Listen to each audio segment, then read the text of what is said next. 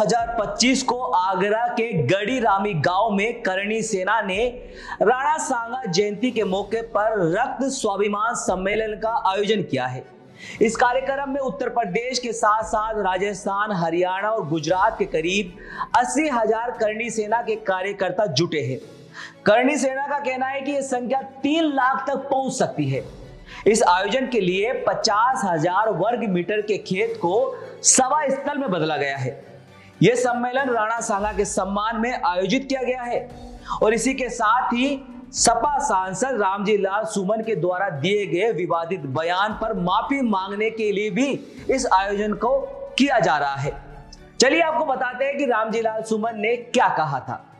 21 मार्च 2025 को रामजी लाल सुमन ने राज्यसभा में कहा था कि अगर मुसलमानों को बाबर का वंशज कहा जाता है तो हिंदू राणा सांगा के वंशज है। यह बयान देते हुए उन्होंने राणा सांगा को गद्दार तक कह दिया था। आपको बता दें कि राणा सांगा मेवाड़ के एक महान शासक थे जिन्हें उनके साहस और वीरता के लिए जाना जाता है। इस बयान से करणी सेना और कई लोगों की भावनाएं आहत हुई।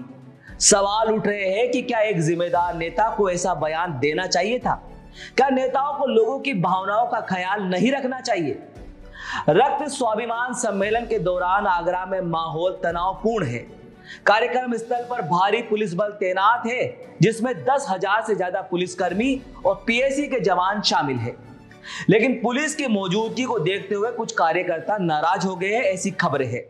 खबरों के मुताबिक उन्होंने पुलिस को घेर लिया था और तलवारें डंडे भी लहराए गए। हालात बिगड़ने की आशंका को देखते हुए पुलिस को आयोजन स्थल से भी हटना पड़ा। आप सीधी तस्वीरें देख सकते हैं। करणी सेना ने रामजी लाल सुमन के खिलाफ कई मांगे रखी है। वे चाहते हैं कि सुमन की राज्यसभा सदस्यता खत्म की जाए, उनके खिलाफ केस दर्ज हो, उनके और उनके बेटे की संपत्ति की जांच हो और सपा उन्हें पार्टी से निकाले। करणी सेना ने यह भी कहा है कि अगर उनकी मांगे शाम 5 बजे तक नहीं मानी गई तो वे सुमन के घर की ओर कूच कर सकते हैं।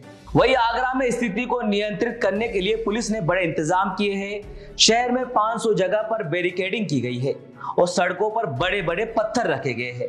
ड्रोन से भी निगरानी हो रही है और सोशल मीडिया पर भड़काऊ पोस्ट करने वालों को नोटिस दिए जा रहे हैं। रामजी लाल सुमन के घर को पूरी तरह छावनी में बदल दिया गया है।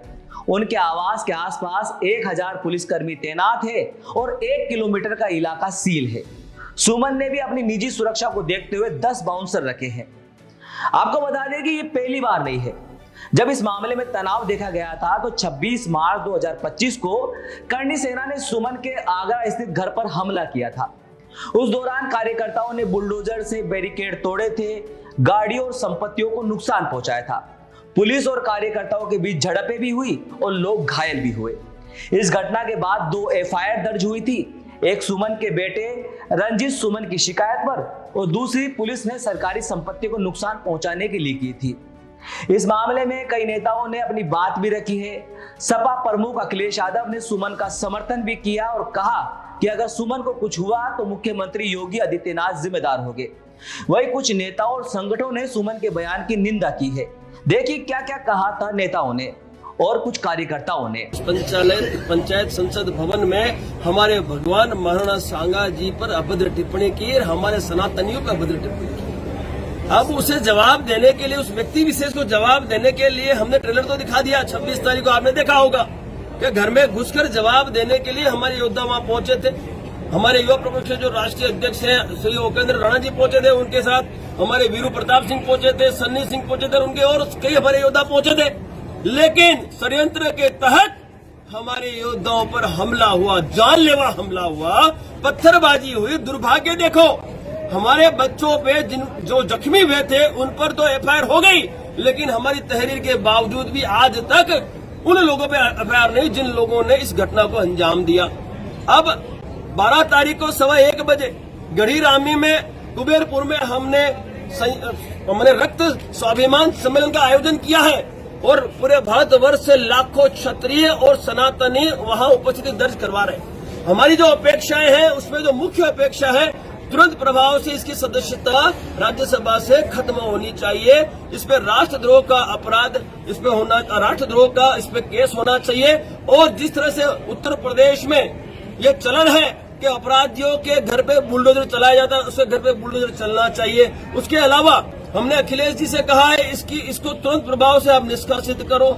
ऐसी कई अपेक्षाएं हमारी, और जो हमारे बच्चों पे फरियादें हुई उस फरियादों को भी वापस लेने की हमने बात की है। साथ ही साथ जिन पुलिस कर्मियों ने हमारे योद्धाओं पर कस्टडी में लगातार लाठीचार्ज किया है, उन्हें जख्मी किया है, उन पुलिस कर्मियों पर भी कानूनी प्रक्रिया के तहत कार्रवाई होनी चाहिए। ऐसी कई अपेक्षाओं को लेकर उस दिन हम 5 बजे तक का अल्टीमेटम सरकार को और प्रशासन को दे रहे हैं। 5 बजे के पश्चात हमारा समय शुरू होगा।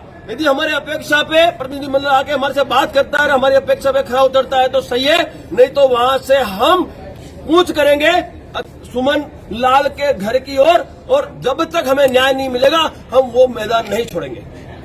बात की है, करणी सेना बहुत सनातन धर्म के मानने वाली है, कहीं ना कहीं सनातन धर्म पर ये अटैक नहीं हुआ है? मैंने साहब वही तो आपसे कहा, उस व्यक्ति का स्टेटमेंट आप सुनना। संसद भवन में उस व्यक्ति ने ऐसा स्टेटमेंट दिया है जिसपे सनातनियों को उसने गद्दार कहा है। तो मैं आप सबसे पूछता हूँ, मीडिया जगत से, जितने भी सनातनी इस भारत देश के, क्या हम गद्दार हैं?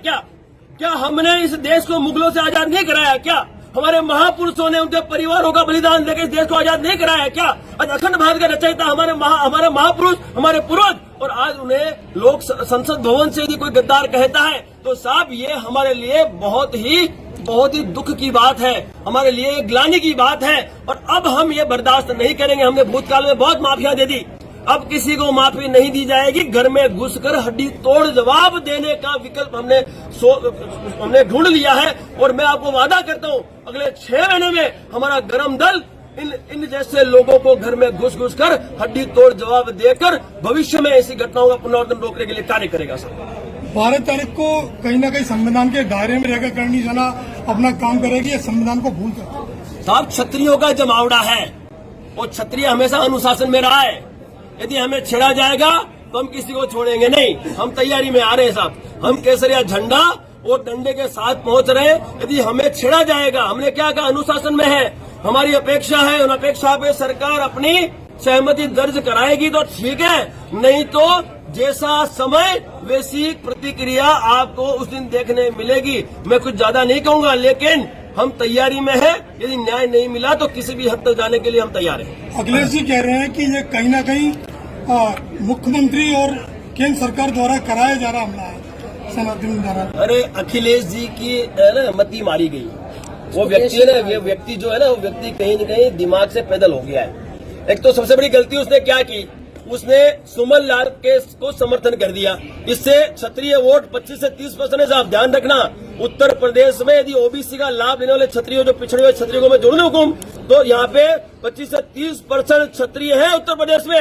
और एक तरफा यदि मैंने वोटिंग करवा दी 25-30% क्षत्रियों को, उसके विरोध में उसके मैंने स्वाभिमान सम्मेलन, पूरा देश का क्षत्रिय राणा सांगा जी की जयंती मनाने आज आगरा में उपस्थित हो रहा है। हम लोग बकायदा पूरे देश को दिखाएंगे कि राणा सांगा का डीएनए जिसमें है वो बकायदा स्वाभिमान के साथ आज आगरा में खड़ा है, और जिसके रगों में बाबर का डीएनए, उनको बकायदा मुंह तोड़ जवाब दिया जाएगा राणा सांगा के समर्थकों के द्वारा, उनके वंशजों के द्वारा। कोई बोल रहा है कि राणा सांगा गद्दार थे, उनके वंशज गद्दार हैं, तो आज दूध का दूध और पानी का पानी करने को हम लोग यूपी की धरती पर तैयार है। हम नहीं चाहते किसी से दो हाथ करें, पर देखा जा रहा है डंडों की खरीद फिरोख्त हो रही है पुलिस वालों के द्वारा, प्रशासन के द्वारा। हम किसी से लड़ने नहीं, हम हमारा हक मांगने आ रहे हैं, हम हमारे स्वाभिमान के लिए लड़ने आ रहे हैं। हम चाहते हैं जो देश के लिए लड़े उनको सम्मान मिले। हम चाहते हैं कोई भी पार्टी का व्यक्ति कोई भी कुछ भी बोल के न निकले। लोकतंत्र का सबसे बड़ा अगर प्लेटफॉर्म है वो संसद भवन है। वहां बैठ के जो रीति नीति तय करते हैं वो लोग अगर कानून तोड़ने की बात करेंगे तो उन पे सबसे पहले मुकदमा दर्ज होना चाहिए। मैं आपके चैनल के माध्यम से बोलना चाह रहा हूं, ये कभी हम लोग स्वीकार नहीं करेंगे। आज लाखों की संख्या में हम लोग आ रहे हैं। अगर यहां आगरा से लाखों की संख्या से अगर इनके ऊपर कार्रवाई नहीं होती है, इनकी सदस्यता भंग की नहीं जाती है, इनको सत्ता से निकाला नहीं जाता है, अगर राष्ट्रीय अध्यक्ष अखिलेश यादव माफी नहीं मांगता है, तो हम दिल्ली घेरेंगे। और जल्द ही 9 मई को दिल्ली में बड़ा प्रोग्राम महाराणा प्रताप की जयंती पर किया जाएगा। आज 12 अप्रैल को आगरा में रक्त स्वाभिमान सम्मेलन चल रहा है। करणी सेना के कार्यकर्ता राणा सांगा के सम्मान में एकजुट हुए हैं, लेकिन सुमन के घर की ओर कूच करने की आशंका बनी हुई है। पुलिस ने किसी भी तरह की हिंसा को रोकने के लिए सख्त कदम उठाए हैं। शहर में तनाव का माहौल है और प्रशासन हर स्थिति पर नजर रखे हुए है। इस खबर में जो भी नई अपडेट आएगी आपको जरूर बताएंगे। बस आप बिग वाई के साथ बने रहिए और इस खबर को ज्यादा से ज्यादा शेयर कीजिए। धन्यवाद।